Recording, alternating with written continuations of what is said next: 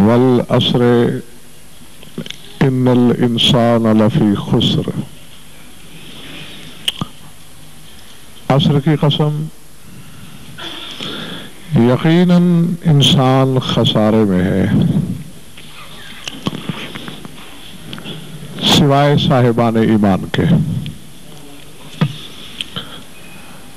مسلسل سماعت فرما رہے ہیں آپ حضرات، اور یہی کوشش کر رہا ہوں میں کہ آپ کو وہ خسارہ بتایا جائے جس کی وعید ذات واجب نے سنائی، تاکہ ہر صاحب ایمان اس خسارے سے دور رہنے کی کوشش کرے۔ گھبراہٹ تو نہیں ہے نا؟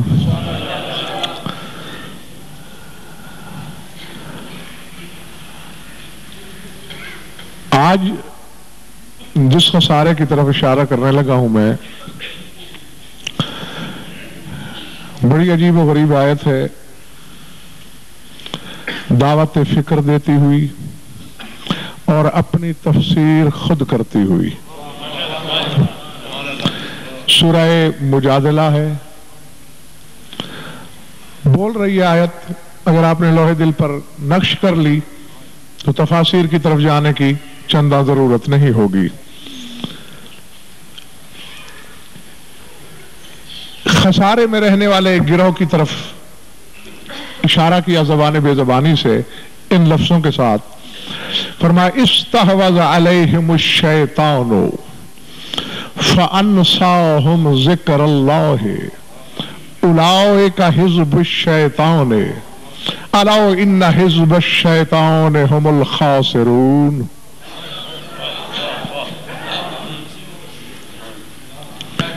فرمایا یہ وہ لوگ ہیں کہ جن پر شیطان نے قبضہ جما لیا ہے، قابو پا لیا ہے، اور قابو پانے کے بعد نقصان کیا دیا انہیں؟ فرمایا فَأَنْسَاهُمْ ذکر اللہ، حلال زادوں کی طرح سننا اور حلالیوں کی طرح فیصلہ دینا۔ شیطان مسلط ہے ان پر، استحوذہ قابض ہے، مسلط ہے، قابو میں رکھا ہوا ہے، اور قابو میں رکھ کے کیا کر رہا ہے؟ فَأَنْسَاهُمْ ذکر اللہ، شیطان نے ان لوگوں کو اللہ کا ذکر بھلا دیا ہے۔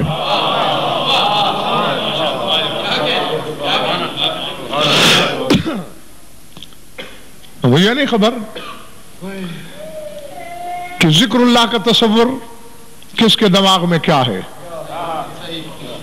کیونکہ ادھر اللہ کے ذکر کا لفظ آیا نہیں، اور لوگوں کے تصور میں نماز آئی نہیں۔ نماز واجبات الہی میں ہے، فروعات دین میں فرع اول فرع اعظم، نہ پڑھنے کی سزا، لیکن پورے قرآن میں مجھے کہیں نظر نہیں آیا کہ اللہ نے نماز کو ذکر اللہ کہا ہو۔ اس کے لیے سارم صاحب سورہ عنکبوت کی ایک آیت ہی کافی ہے، ان الصلاۃ تنہی عن الفحشاء والمنکر ولذکر اللہ اکبر۔ فرمایا نماز برائیوں سے روکتی ہے اور اللہ کا ذکر اس سے بھی بڑا ہے۔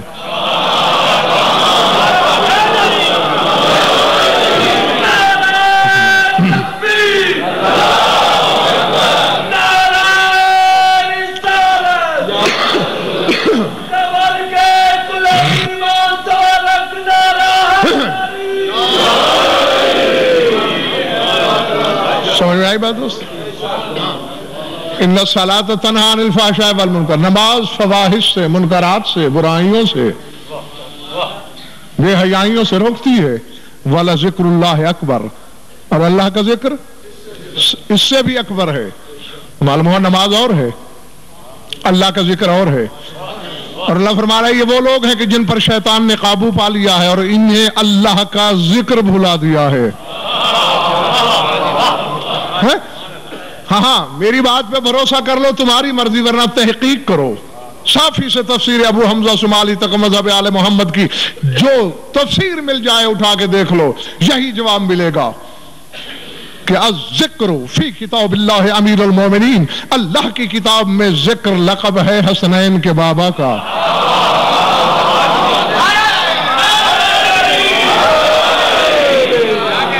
اب نتیجہ کیا نکلا؟ جب تک کوئی دوسرا علی کے سوا کسی کو ذکر کے پیکر میں نہیں دکھاتا تو تب تک رئیس صاحب مجھے حق ہے یہ ترجمہ کرنے کا۔ اللہ فرماتا ہے استحوذ علیہم الشیطان، ان پر شیطان نے قبضہ جما لیا، فانساہم ذکر اللہ، اور انہیں علی بھلا دیا۔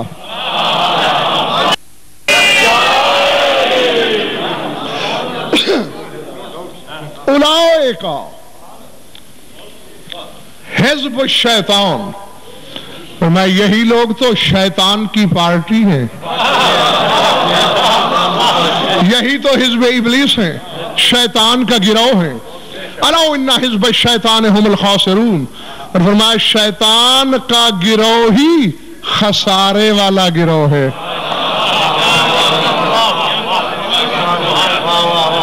العظمت للہ۔ اب اگر تھکے نہیں میرے محترم سامعین، اسی آیت کی روشنی میں دشمن کے دربار میں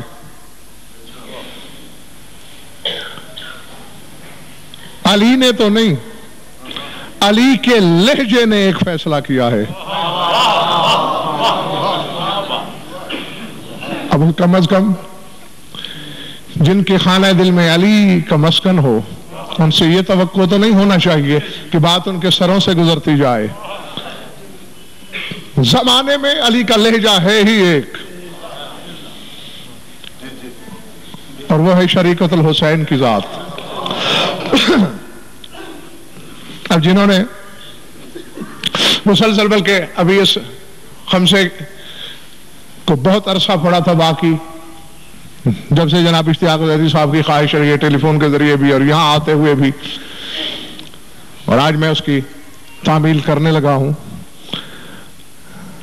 بی بی کے ایک خطبے نے بتا دیا ہے دشمن کے دربار میں ہزاروں کی موجودگی میں کہ حزب الشیطان کیا ہے، کون لوگ ہیں شیطان کے گروہ والے، اور اسی کے دو چار جملے آپ کو سنانا مقصود ہیں اگر آپ کی طبیعتیں بیدار ہیں تو۔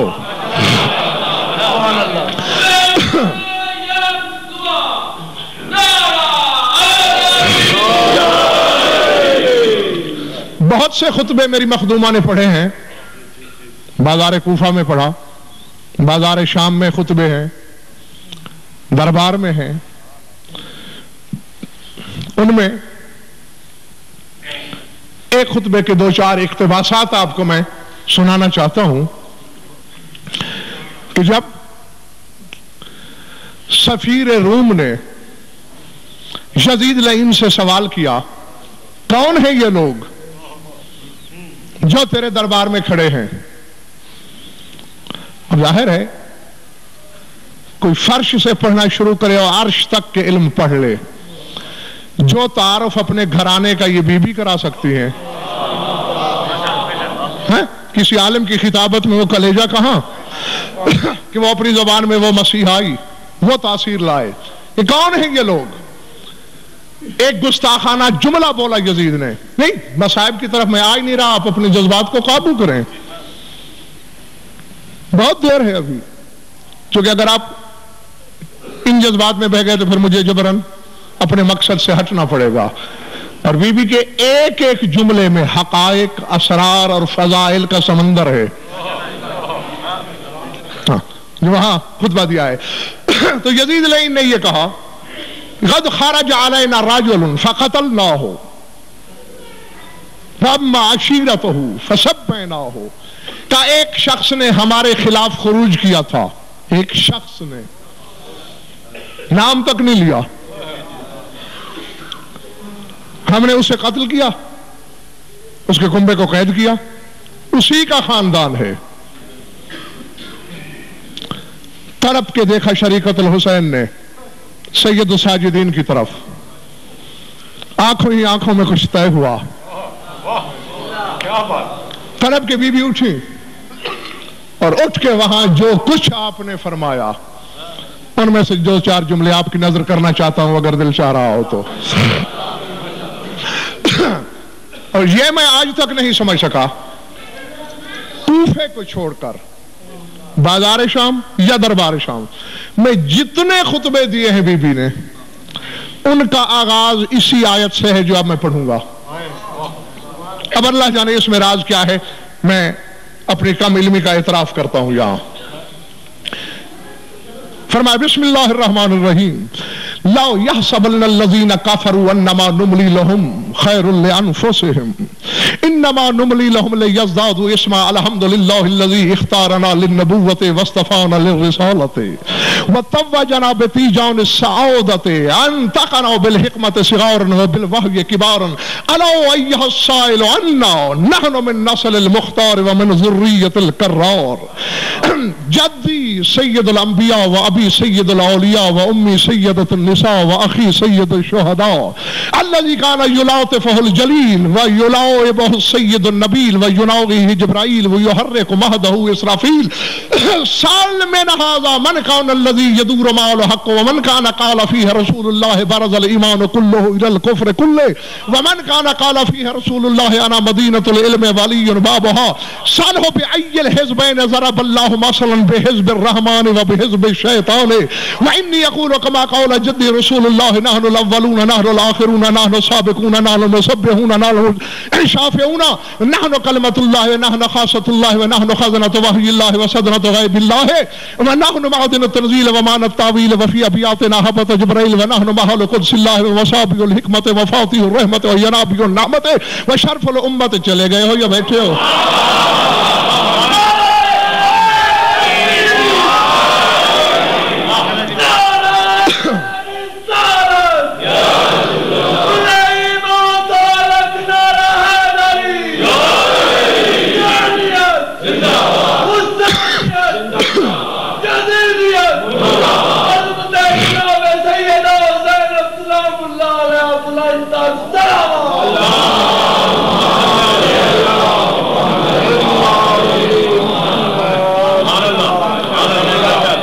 پہلے یہیں تک رئیس صاحب ترجمہ کرتے ہیں، پھر اگر وقت یا آپ کی طبیعت نے اجازت دی تو ایک دو جملے.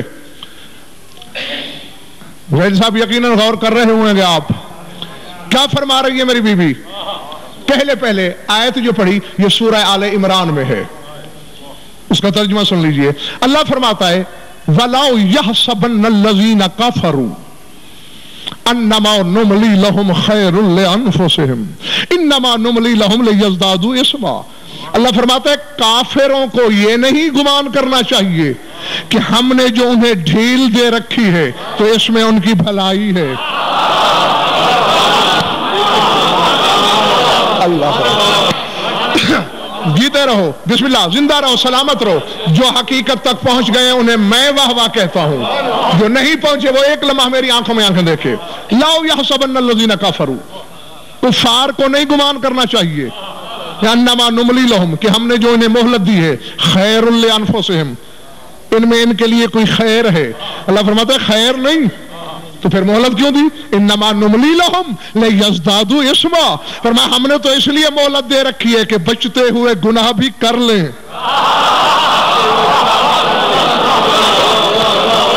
تاکہ نام اعمال سیاہ ہو جائے. اب مجھے خبر نہیں شبیر کی عظمت کو سجدے کرنے کون آیا اور اپنے مقدر کا ماتم کرنے کون آیا. کون سی آیت پڑھی ہے علی کی بیٹی نے دربار یزید میں؟ لا يحسبن الذين كفروا، کافر یہ نہ سوچیں. خطاب یزید سے ہے، آیت میں کفار کا ذکر ہے. تو 1400 برس پہلے علی کی بیٹی نے لہجہ خیبر شکن میں شام کے دربار میں یہ فتویٰ صادر کر دیا کہ جو بھی حسینیت سے ٹکرائے چاہے کلمہ پڑھتا ہو اللہ اسے کافر کہتا ہے. اللہ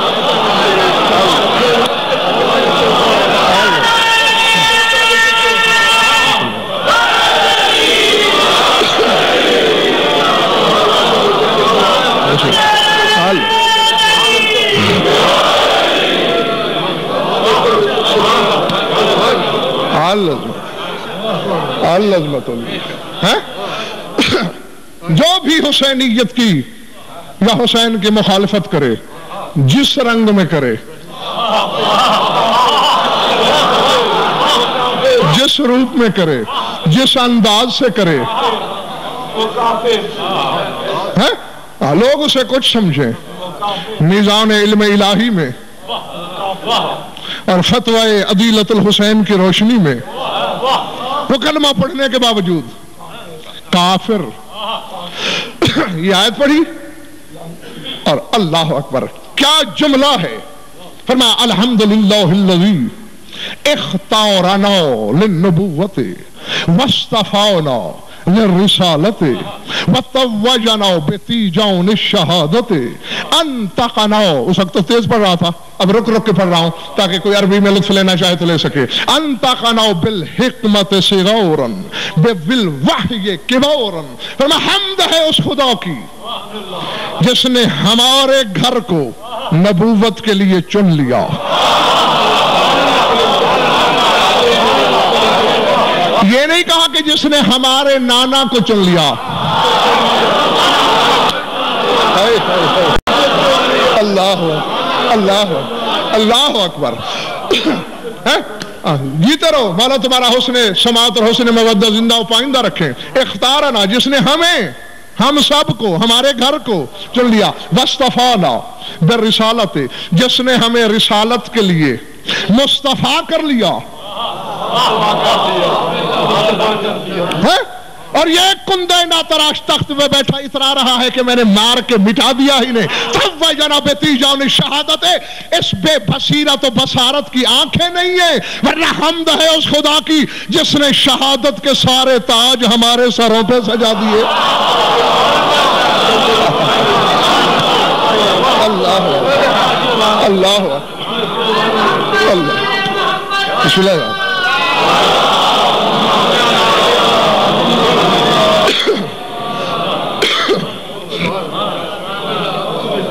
گھبرا تو نہیں رہے میرے دوست.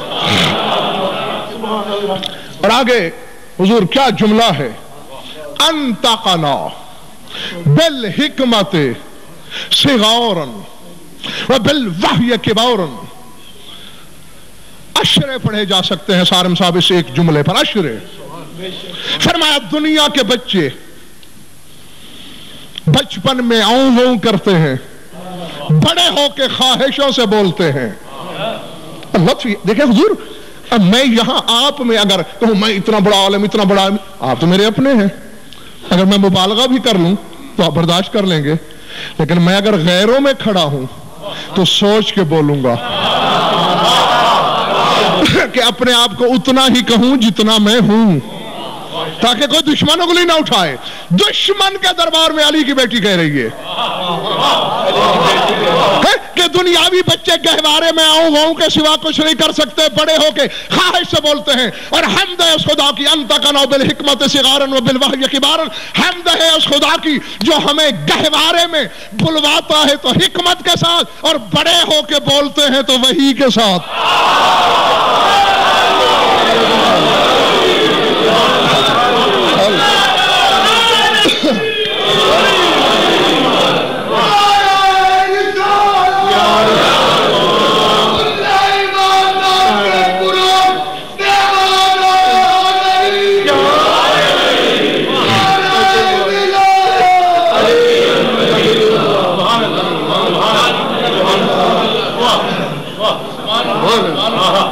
الاؤ ایھا السائل عنا. اے سائل، اب سفیر روم سے خطاب فرمایا، اے سائل جو ہمارے بارے میں پوچھ رہا تھا، یہ کیا بتائے گا کہ ہم کون ہیں؟ ہاں میں بتاؤں. نحن من نسل المختار ومن ذریت الکرار. ہم محمد مختار کی نسل سے ہیں، ہم حیدر کرار کا قبیلہ ہیں. اللہ اکبر. اسلام آباد والوں کہاں جمع ہوں گی اتنی ساری سیادتیں؟ قطار ہی تو باندھی ہے میری بی بی نے. صاحب فرماتے جدی سید الانبیاء و ابی سید الاوصیاء و امی سیدت النساء و اخی سید الشہداء فرمایا میں بتاؤں، میرا نانا نبیوں کا سید، میرا بابا وسیعوں کا سید، میری اماں کائنات کی عورتوں کی سیدہ، میرا بھائی شہداء کا سید، اور گیا گزرا سید نہیں، جاگو جنت نظر آ جائے گی۔ فرماتی ہیں وہ سید الشہداء الذی کان یلاطف الجلیل وکان یلاعبہ السید النبیل ویناغیہ جبرائیل ویحرک مہدہ اسرافیل، میں اس حسین کی بات کر رہی ہوں جس کے ناز وہ اٹھاتا تھا۔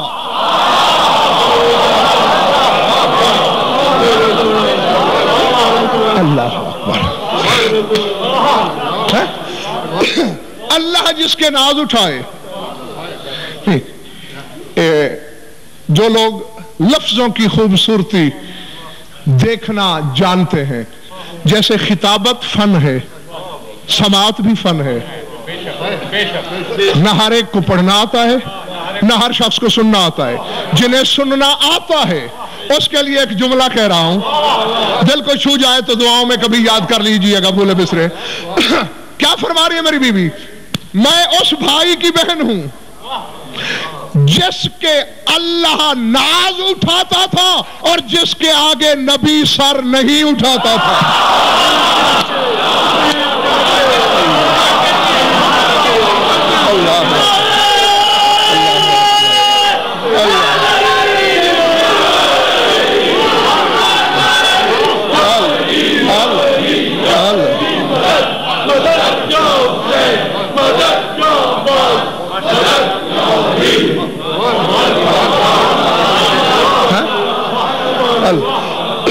ہاں جیتے رہو، یہی حق تھا سمجھنے کا اور سننے کا۔ سر اٹھانے اور نہ اٹھانے میں کیا حسن ہے؟ ہاں اللہ جس کے ناز اٹھاتا ہے اور نبی جس کے سامنے سر نہیں اٹھاتا ہے۔ یُنَاغِیہِ جِبْرَائِیلُ وَیُحَرِّکُ مَہْدَہُ اسرافیل، اسرافیل جس کا جھولا جھولاتا تھا، جبریل جسے لوریاں سناتا تھا۔ العظمت للہ، العظمت للہ۔ اور آگے میری مخدومہ فرما رہی ہیں، بکواس کر دی اس نے، قد خرج علینا رجل، ایک شخص تھا جس نے ہمارے خلاف خروج کیا۔ سال من ھذا، اسی سے پوچھ، اسی سے پوچھ۔ اس کو کہتے ہیں جادو، وہ جو سر چڑھ کے بولے، یہ ہوتا ہے حق کا ڈنکا بجنا۔ اسی سے پوچھ، اب ایسے نہیں دائیں بائیں دیکھنا چھوڑ دو، میری آنکھوں میں آنکھیں رہیں ورنہ فکرہ سر سے پھسلتا چلا جائے گا۔ فرمایا اسی سے پوچھ، من الذی کون یدور ماؤہ الحق، فرمایا اسی کندہ ناتراش بدبخت یزید سے پوچھ، کون تھا وہ کہ جدھر وہ مڑ جاتا تھا تو حق اس کے پیچھے مڑ جاتا تھا۔ اللہ اکبر، اللہ اکبر۔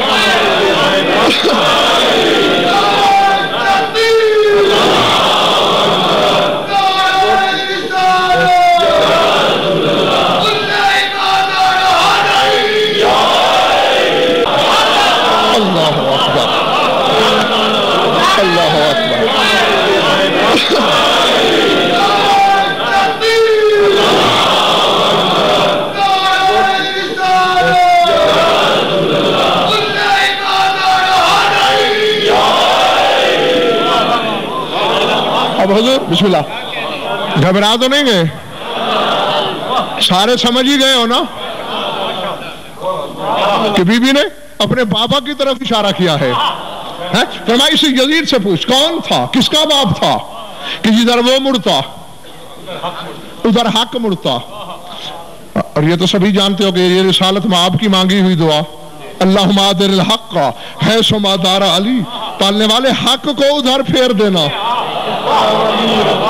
جدھر علی مڑ جائے۔ یہ کالی اشتیاق زیدی صاحب کے ہاں کھانے پہ بات ہو رہی تھی تو اتفاقاً اس حدیث پہ بھی بات ہوئی،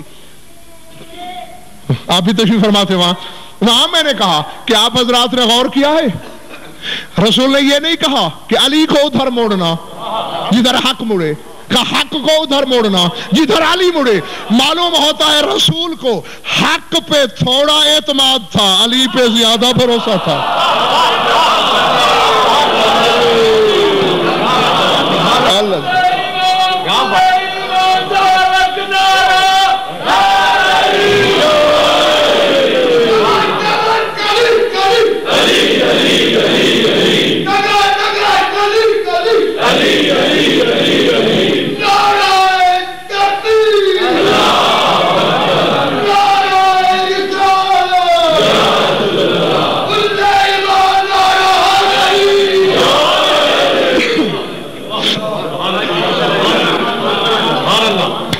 میں اسی سے پوچھ، کون تھا وہ جس کے لیے رسول نے برز الایمان فرمایا؟ کون تھا وہ جس کے لیے رسول نے انا مدینۃ العلم والی بابھا فرمایا؟ میں آج حکومت کو دیکھ کر، اور آگے جو آغاز میں نے آیت پڑھی تھی اسی پہ غور کرنا. سارم صاحب دشالیں بی بی نے بیان فرمائی، کہا اسی سے پوچھ ای شجرتین ضرب اللہ لہما مثلا فی القرآن بالشجرۃ الطیبۃ والشجرۃ الخبیثۃ الملعونۃ فی القرآن. فرمایا اسی سے پوچھ کون سے ہیں وہ دو شجرے جس کی اللہ نے قرآن میں مسئلے بیان کی ہیں. ایک کو شجرہ طیبہ کہا،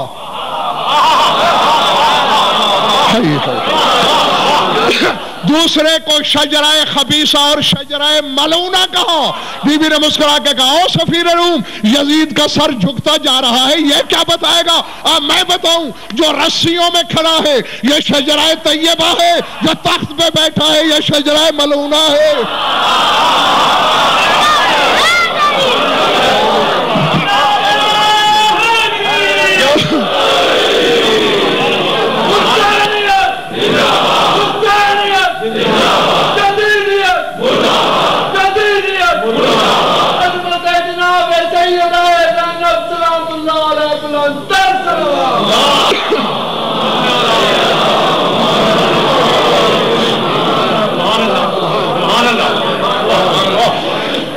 ارادے تھکے تو نہیں؟ فرمایا ایک اور مسئلہ بھی اللہ نے بیان کی ہے. سالم نہاذا اسی سے سوال کر، اسی سے پوچھ ای الحزبین اللذین ضرب اللہ لہما مثلا فی کتابہ. فرمایا وہ کون سے دو گروہ ہیں جن کی مثل اللہ نے قرآن میں بیان فرمائی ہے؟ ایک کو حزب اللہ کہہ کر، ایک کو حزب الشیطان کہہ کر.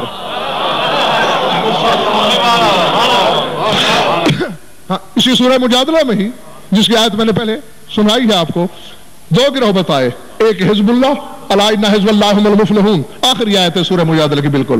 فرمایا اللہ کا گروہ ہی کامیاب ہے. اور ایک حزب الشیطان جس کی آیت پہلے آپ سن چکے ہیں، الا ان حزب الشیطان هم الخاسرون، کہ شیطان کے گروہ کو ہی خسارہ ہے. فرمایا ہم ہیں حزب اللہ والے لوگ، یہ ہے حزب ابلیس کی بقیہ نسل، جدہ فقرہ ہے ان کے لیے جو خریدار ہیں. فرمایا میری بی بی نے جدہ حارب بجدی وابوہ حارب بابی وحال حارب بأخی انہ افسد علی اخی دنیاہ وآخی افسد علیہ آخرتہ انہ ارسل اخی الى دور القرار وان اخی ارسلہ الى النور ودور البوار. فرمایا اے سفیر روم، اس کا دادا میرے نانا سے لڑتا رہا،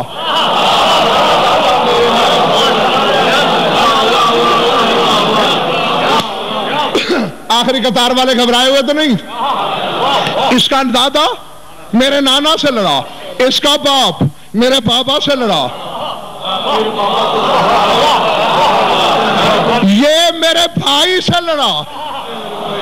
بگاڑا اس نے بھی ہے کچھ میرے بھائی کا، اور بگاڑا میرے بھائی نے بھی ہے کچھ اس کا. اب خدا کے لیے حلالیہ کی طرح علی کی شریکت الحسین بیٹی دشمن کے دربار میں بتا رہی ہے کہ اس نے میرے بھائی کا کیا بگاڑا اور میرے بھائی نے اس کا کیا بگاڑا. فرمایا انہو افسد علی اخی دنیا ہو وآخی افسد علیہ آخرت ہو. فرمایا اس نے میرے بھائی کی دنیا چھین لی اور میرے بھائی نے اس سے آخرت چھین لی.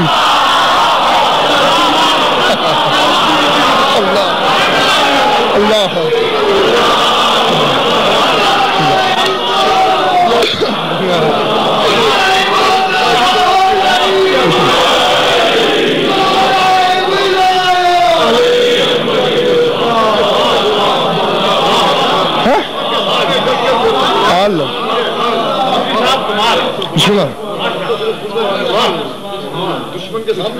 ہاں.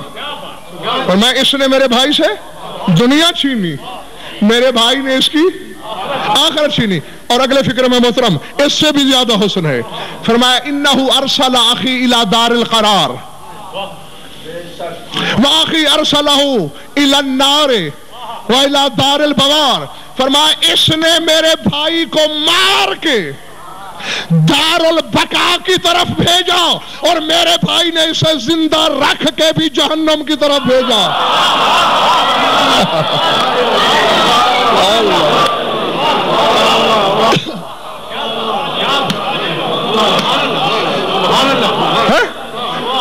اچھا تھکے تو نہیں نو پکی بات ہے. تو پھر تھوڑا سا آپ کے حافظے کا امتحان ہے کیونکہ اس کے بغیر اس کی یاد دہانی کے بغیر صاحب مزہ ہی نہیں آئے گا جملے کا.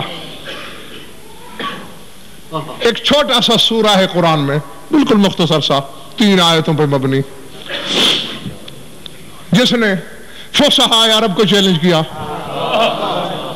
کون سا سورہ؟ شاد باش جیتے رہو زندہ رہو سلامت رہو. یہی فائدہ ہوتا ہے بچپن سے سننے کا. سورہ کوثر 3 ہی آیتیں. اِنَّا آتَيْنَاكَ الْكَوْثَرَ فَصَلِّ لِرَبِّكَ وَانْحَرْ اِنَّا شَانِئَكَ هُوَ الشادباش.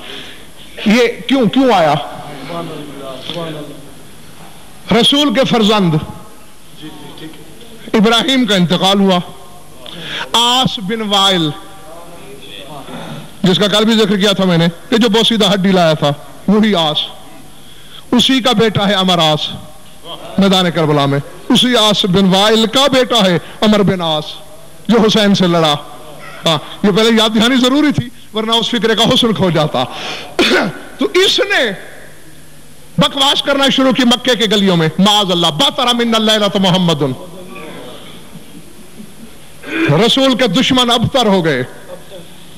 اس نے تو رسول کا نام لے کے کہا نا. ابتر کہتے ہیں دم کٹے کو جس کا پچھلا کوئی پیچھے چلنے والا کوئی نہ رہے. ان بیٹا رہا نہیں نوز باللہ ابتر ہو گئے. طہارت ماں دل پہ چوٹ پڑی فوراً یہ سورہ آ گیا. اس کی بکواس پہ نہ جانا. اِنَّا آتَيْنَاكَ الْكَوْثَرَ ہم نے تمہیں کوثر عطا کیا.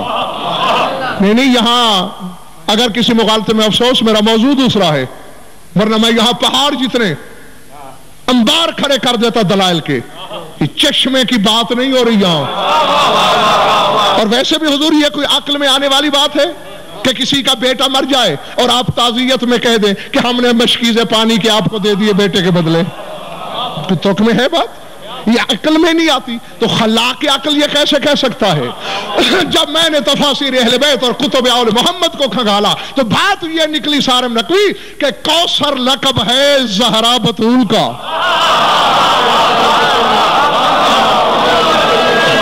اللہ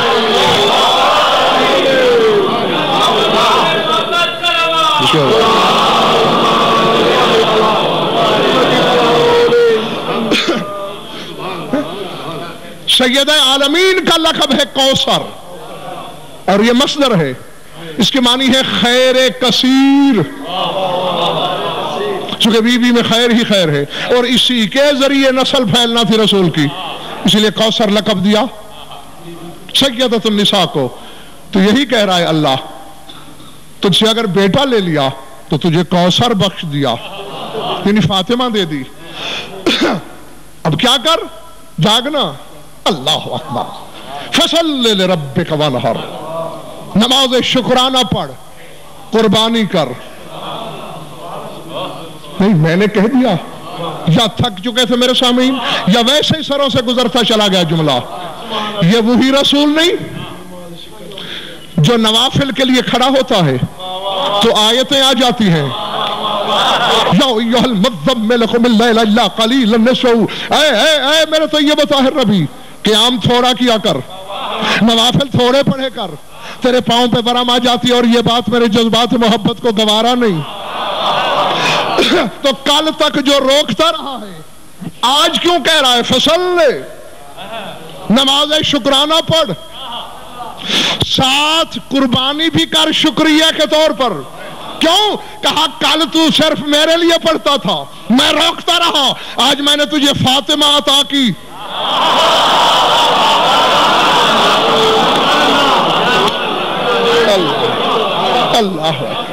اللہ عظمت اللہ. اب اس اعطاء نعمت کے شکر کے طور پر نماز بھی پڑھ، قربانی بھی کر. تو یہی سوچنا کہ بیٹی ہے، رسول جیسے عظیم باپ کو عطا ہو تو رسول پہ سجدہ واجب ہو جاتا ہے. اس کی اور اس کی ضروریت کی مودت میں مفت میں مل گئی. اور آگے اللہ نے فرمایا بس تھکنا نہیں کہ تو نہیں، اِنَّ شَانِئَکَ هُوَ الْأَبْتَرُ، تیرا دشمن ابتر ہے. اور وہ دن ہے اسلام آباد پنڈی والا اور آج کا دن. یہ ابتر کا لاحقہ ایسا لگا آس بن وائل کے پیچھے جو نہ دھلنے میں آ رہا ہے نہ مٹنے میں آ رہا ہے. کیونکہ سفیر روم نے اشارہ کیا تھا سید الساجدین کی طرف اور سوال کیا تھا کہ یہ کون ہے، تو یہاں بی بی نے ایک جملہ بولا کہ ہاؤ من بقیت القوثر وہاؤلاء الجالسون من زراور الابتر. فرمایا سفیر روم جو کھڑا ہے یہ کوثر کا بقیہ ہے، جو کرسیوں پہ بیٹھے ہیں یہ ابتر کی نسلیں ہیں.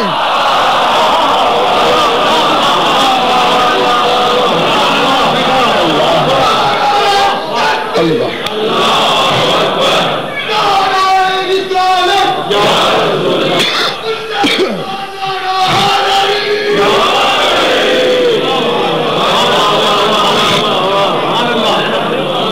اللہ.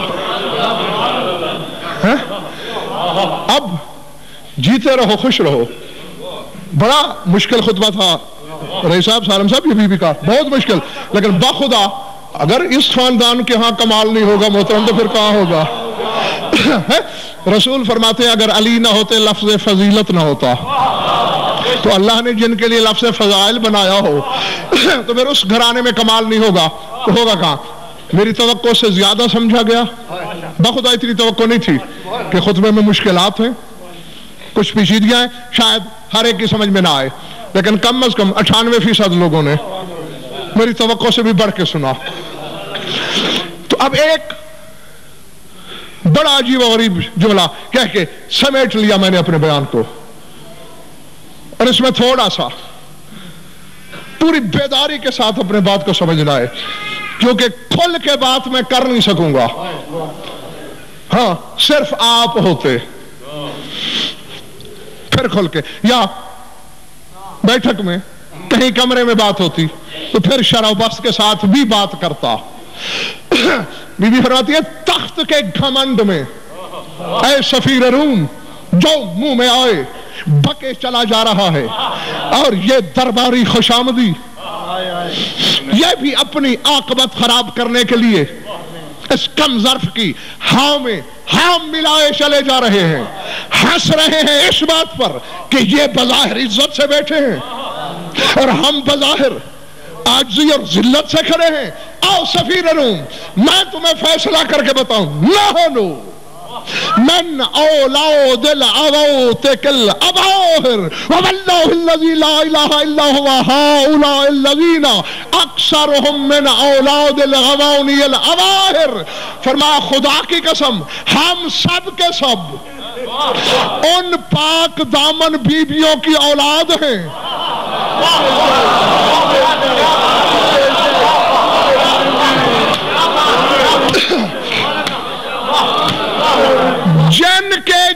غلاموں کو ان کا لباس بھی نہیں جانتا، اور یہ جو دربار میں بیٹھے ان میں اکثریت کی مائیں سنگساری کے قابل ہیں۔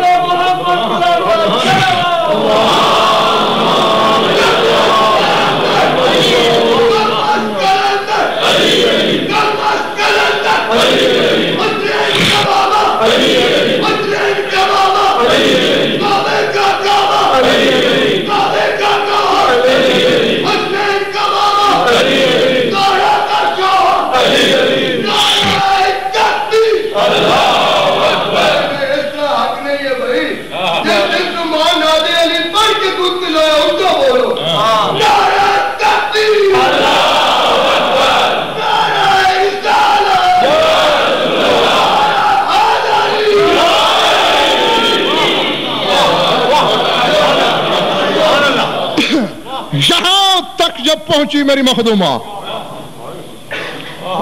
آپ سمجھ رہے سفیر روم رومی تھا، اس کا کیا اسلام سے لینا دینا، لیکن اب بیوی کے خطبات کی فصاحت و بلاغت نے، سلاست و براعت نے بتا دیا یہ گھرانہ کون سا ہے۔ رسول کا نام سنا ہوا تھا، علی کی شجاعت کے چرچے روم تک پھیلے ہوئے تھے، سمجھ گیا یہ گھرانہ کس کا ہے، فوراً تڑپ گیا، یا یزید اللہ علیک وعلی آبائک، یزید اللہ تم پہ بھی لعنت کرے، تیرے آباء و اجداد پہ لعنت کرے، جس کا کلمہ پڑھتا ہے۔ نہیں جاگتے رہنا، فکرہ بتانے لگا ہوں، کل آ کر آپ سے پوچھوں گا کہ سوچ کے کس زینے تک پہنچایا اس جملے نے، اس کا لعنت کرنا تھا، کہا میں رومی ہو کے برداشت نہیں کر سکا کہ یہ عزت دار گھرانہ اس حالت میں ہو، اور تجھ جیسا کم نسب تخت پہ بیٹھا ہو۔ یہاں دبے لفظوں میں ایک جملہ، حالانکہ اس کا خطبے سے تعلق نہیں، یہ خطبے کے بعد فرمایا بی بی نے، جسے کسی اور نے سنا بھی نہیں۔ بعد میں یہ تو سید و ساجدین سے پوچھا گیا کہ کچھ کہا تھا آپ کی پھوپھی محترمہ نے، آواز نہیں پہنچی تھی، مولا کہا کیا تھا؟ تو یہ مولا نے بتایا کہ جب سفیر روم ہماری حمایت میں لڑ رہا تھا یزید سے، تو میری پھوپھی یہ فرما رہی تھی، کیف لا تحترق القبض علی فوج اتنا من لم تخن امہ، فرمایا اس شخص کا کلیجہ کیوں نہ ہماری حمایت کے لیے تڑپ جائے جس کی ماں خیانت نہ کرتی ہو۔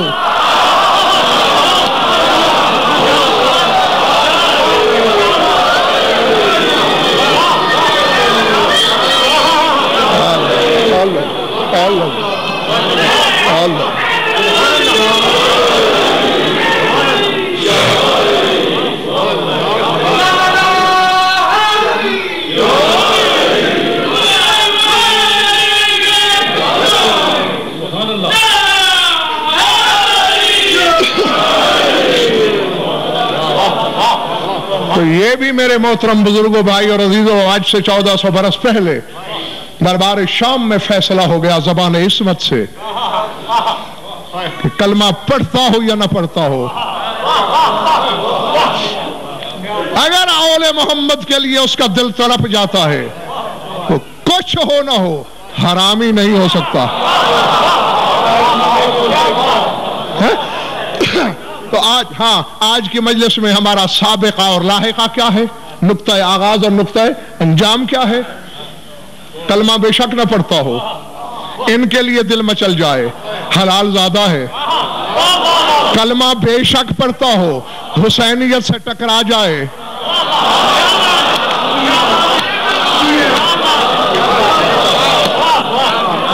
اللہ العظمت للہ۔ اور پھر فرمایا میری مخدومہ نے کہ اے سفیر روم، کیا کیا بتاؤں میں تمہیں، رسول کے کس کلیجے پر چھری چلائی انہوں نے، العظمت للہ۔ اور جو جانتے ہو سو جانتے ہو، جو نہیں جانتے وہ جان لو۔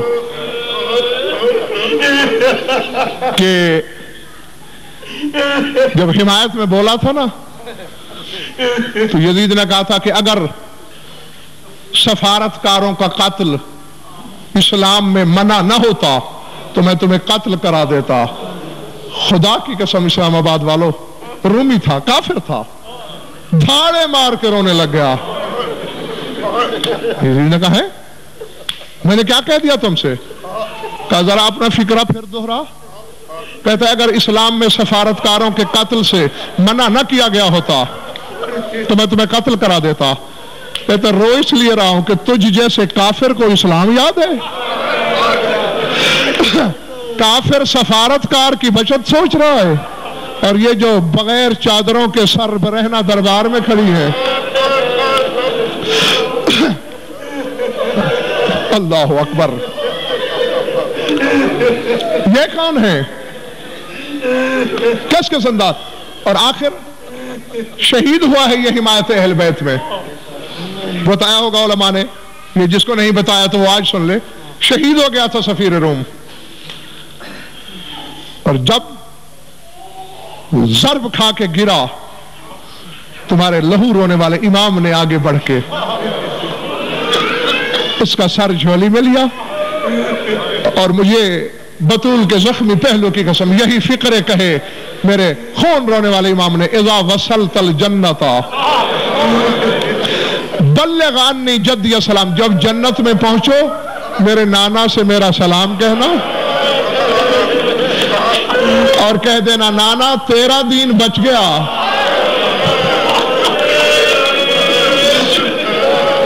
اللہ اکبر.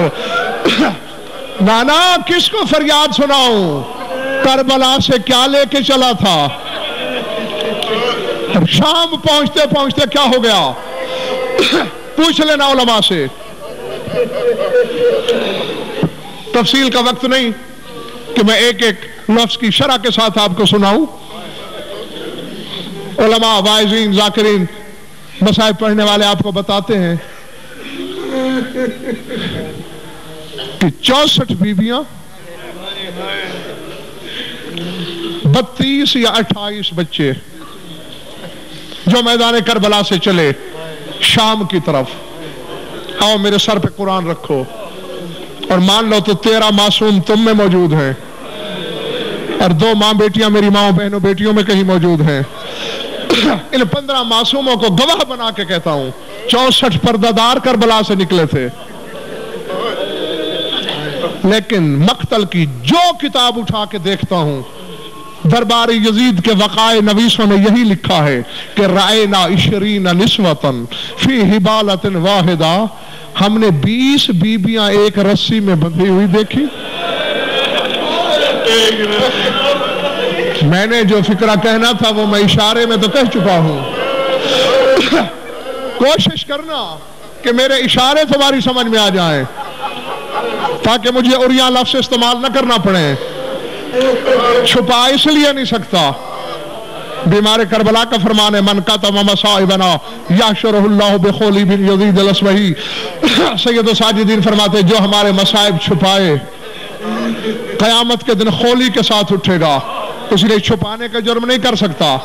تمہارے دلوں کی نزاکت بھی میرے پیش نظر ہے تو کوشش کروں گا اشارے اشارے میں بات کر جاؤں. تم بھی اشارہ سمجھنا. کربلا سے چلی 64، شام پہنچی 20. اب علماء محققین سے پوچھو یہ 44 بیویاں کہاں گئیں؟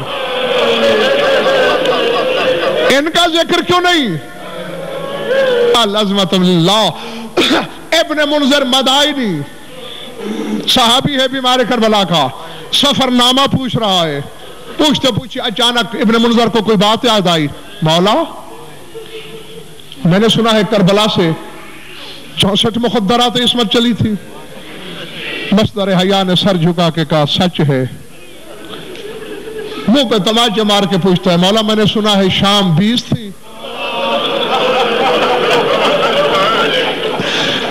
اللہ اکبر. خون کا فوارہ بڑھ گیا. فرمایا یہ بھی سچ ہے. جس کے سینے میں گوشت کا ٹکڑا ہے اور پتھر کا نہیں اس کے لیے کہنے لگا ہوں جملہ، سمجھ میں آ گیا تو قبر میں بھی ماتم کرو گے۔ ابن منذر نے امامہ اتارا، اٹھ کے منہ پہ ماتم کیا، مولا قیامت نہیں آ جاتی؟ کربلا سے 64 چلی، شام 20 پہنچی، باقی بیویاں کیا ہوئی؟ کہا ابن منذر تو نے کیا سن رکھا ہے، ہم کیسے قید ہوئے؟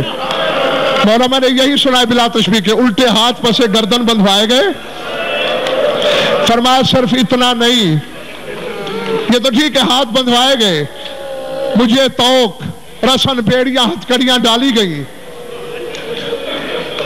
17 من کا غلے جامعہ پہنایا گیا۔ اس کے علاوہ آئے ابن منذر شمر ملون ایک بڑی لمبی سی رسی لایا، اب سیدو بالخصوص، ازادارو بالعموم مجھے معاف کر دینا، اب تکلیف ہو جائے تو میں پردہ نہیں ڈال سکتا۔ فرمایا شمر حرامی ایک لمبی سی رسی لایا، میری پھوپھی کے گلے میں باندھی گئی، باقی حصہ ام کلثوم کے گلے میں، باقی جناب لیلا کے گلے میں، باقی جناب ام رباب کے گلے میں۔ فرمایا اسی طرح تمام بیویوں کو ایک ہی رسی میں باندھا گیا، جو رسی بچ گئی وہ شمر ملون نے زجر بن قیس لعین کے ہاتھوں میں دے دی۔ بس اب یہی اشارہ ہے اگر سمجھ میں آ جائے۔ فرمایا 64 پردہ دار ایک رسی میں، بچی ہوئی رسی زجر کے ہاتھ میں، زجر گھوڑے پہ سوار اور میرے پردہ دار پیدل۔ آئے ابن منذر تو سوچ سکتا ہے کہ گھوڑے کی رفتار کیا ہوتی ہے، اور جنہیں اپنے گھر کے صحن میں چلنے کی عادت نہ ہو ان پردہ داروں کی رفتار کیا ہوتی ہے۔ فرمایا زجر لعین کا گھوڑا دوڑتا رہا،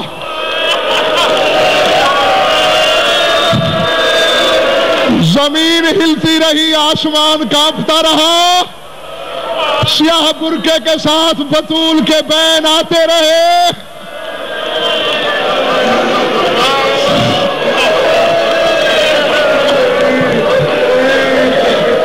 سيعلم الذين ظلموا أي منقلب ينقلبون ألا لعنة الله على القوم الظالمين۔ بار الہ مجلس اعضاء کو منظور و مقبول فرما، بانیان کے مسائل کے شرف قبولیت سے مشرف فرما، مومنین مومنات کی شرکت مرد البسادت، ہماری ولیدہ بیانی قبول فرما، جو ان اولاد نرینات فرما، جو مقروض اور تنگ دستن کی تنگ دستی دے، جو بے گناہ قید حیات فرما، جن بیمار مومنین کے لیے دعا میں لگائے گی انہیں شفاء کاملہ صحت عاجلہ مرحمت فرما، جميع مومنین مومنات کی جو حاجات و قضایا عدل و شریعت کے نزدیک جائزیں پورے فرما، سرکار حجت کا جلد ظہور فرما۔ اللہم کل ولیک الحجت من الحسن صلواتک علیہ وعلی آبائہ فی هذه الساعة وفي كل ساعة من ساعات الليل والنهار ولي وحافظ وقائد وناصر ودليل وعين حتى تسكنه أرضك طوعا وتمتع فيها طويلا يا رب محمد وآل محمد أجل فرج آل محمد ربنا تقبل منا إنك أنت السميع العليم بجاه محمد وأهل بيته الطيبين الطاهرين المعصومين۔